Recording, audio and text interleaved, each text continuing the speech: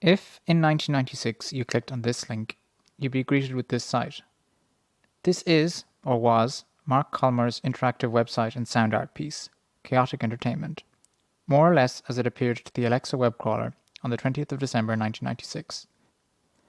Colmer's website encouraged web users who were lucky enough to have an optical disk drive in their computer to insert an audio CD of their choice, click on one of three form control buttons, sit back and listen.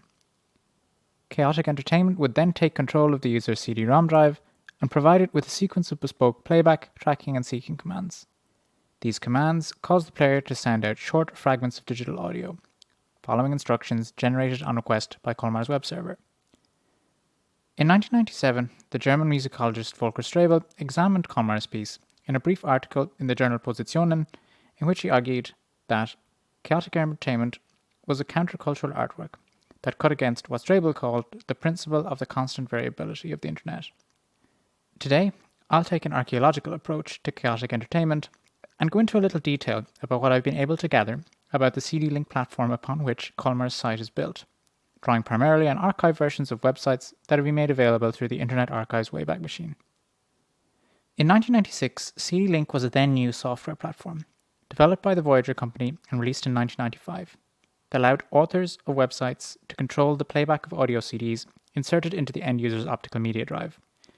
The idea was to empower both record labels and end users with the ability to create websites that linked directly to the content of audio CDs using time-coded instructions.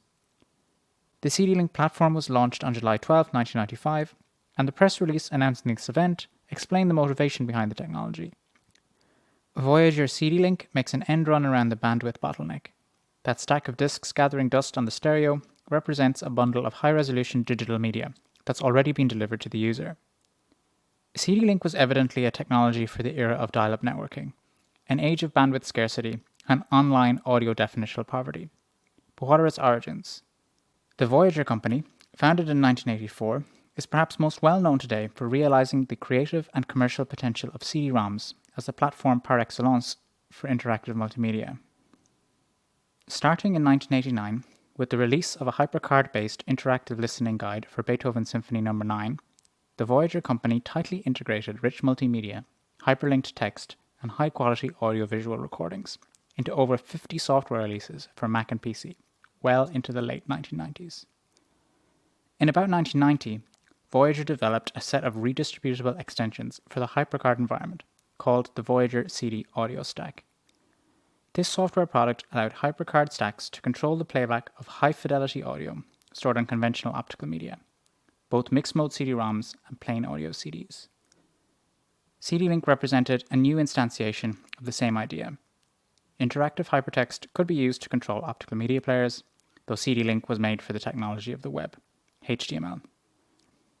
To achieve this, the platform made use of a new file format for specifying CD control commands, called the Voyager CD control language.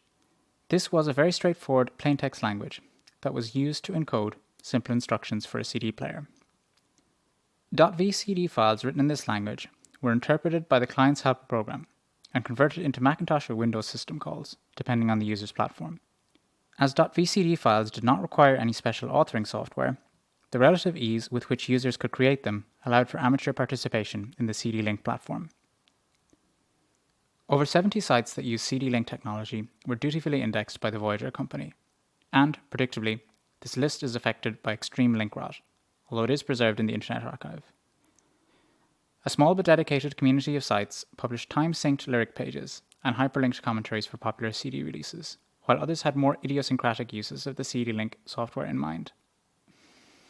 Colmer's site represents what is perhaps the most unusual use of the CDLink platform.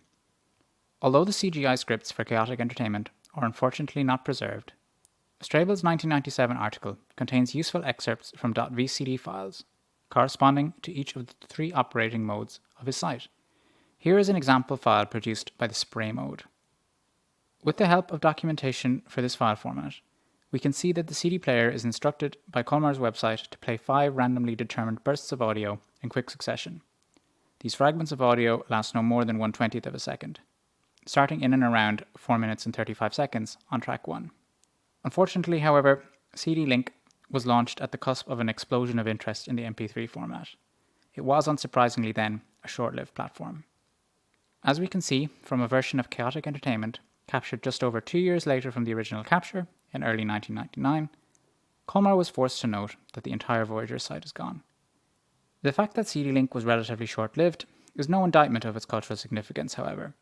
Indeed, by bridging hypertext technology and time-synchronized high-quality digital audio, the CDLink platform itself can be viewed as a link in a historical chain of media technologies that coordinate sound and text, that reaches back to the invention of program notes, through the close listening guides of early 20th century musicologists, and forward to the time-coded YouTube comments that populate the modern web today.